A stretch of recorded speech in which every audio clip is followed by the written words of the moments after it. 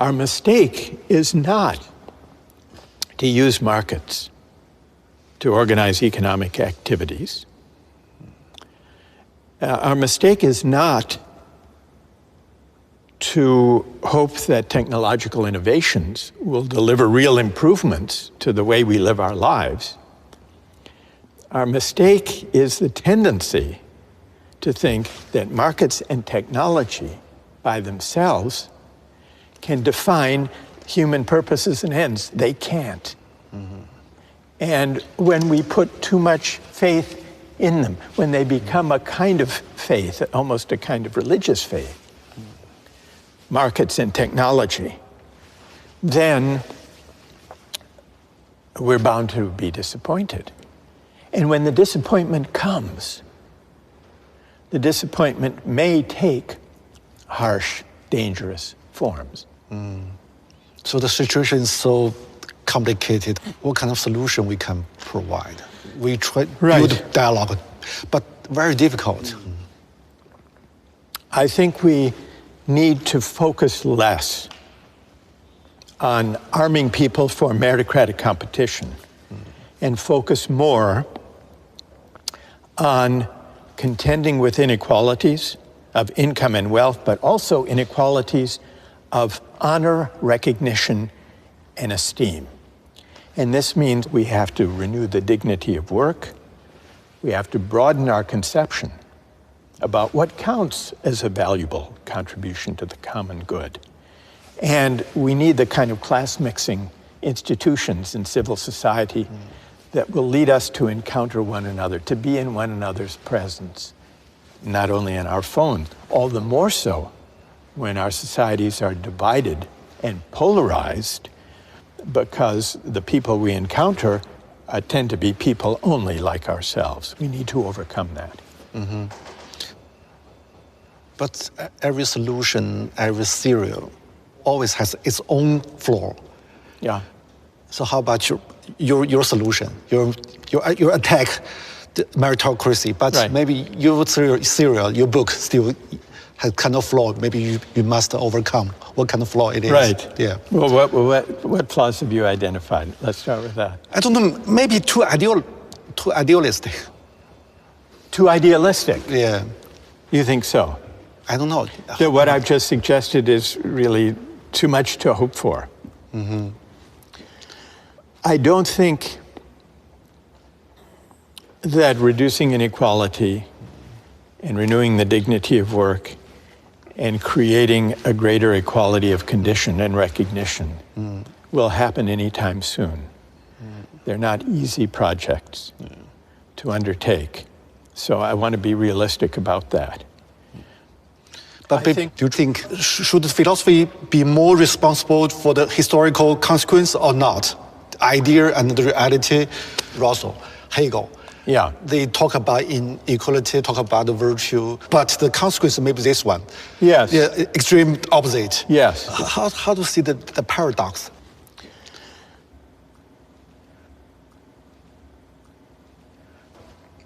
If one thinks, and I, as I do, that philosophy is always situated in the world, that philosophy should attend to the world, then philosophy cannot be indifferent, and the philosopher cannot be indifferent to the way in which various people or parties or movements implement philosophical ideas. So there's always an interplay between political practice and the philosophical ideas that inform it. And often they can go off the rails. They can go in very dark directions that the philosopher may never have wanted or anticipated. That's always a danger. That's one of the persisting dangers of philosophy. The part of Hegel that has led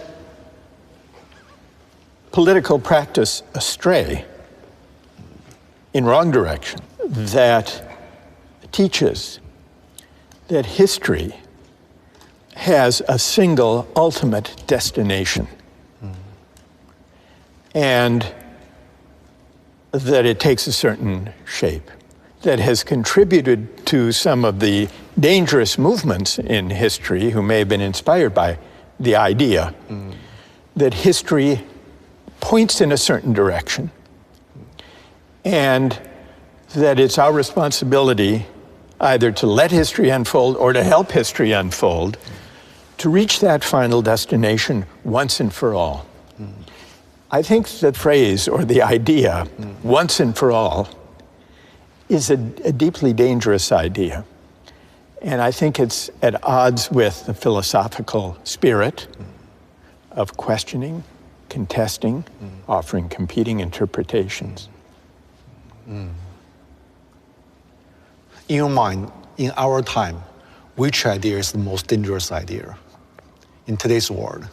I would say that the forces today that are most dangerous are the versions of religious fundamentalism or of hyper-nationalism or of ideological purity that all draw in one way or another on the idea that moral truths and human truths are singular, that there's only one way of interpreting our past, there's only one historical end or destination, there's only one true way of interpreting religious and spiritual traditions.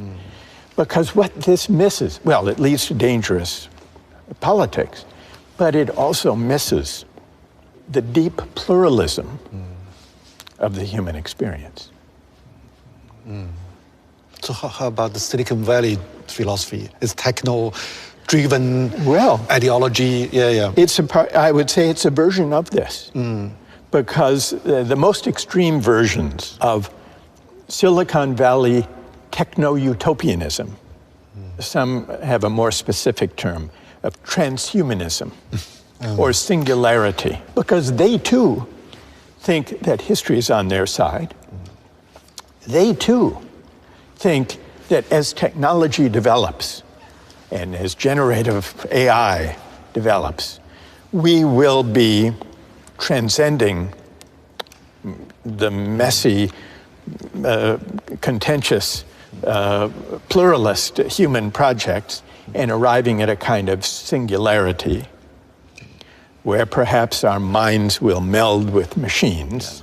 And the very idea that going to the moon or to Mars is kind of a natural outgrowth of this way of thinking, where they can start anew.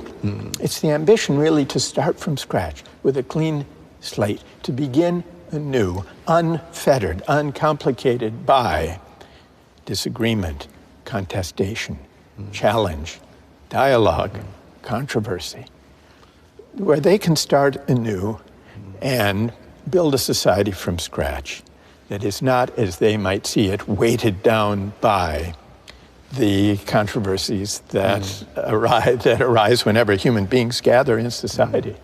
So there is something, it's fantastical, but it's also dangerous and hubristic, because it implies that they are the avatars, they are the pioneers, the initiators of this new frontier that breaks free from the messy need to negotiate, to discuss, to disagree, which is essential to the human experience.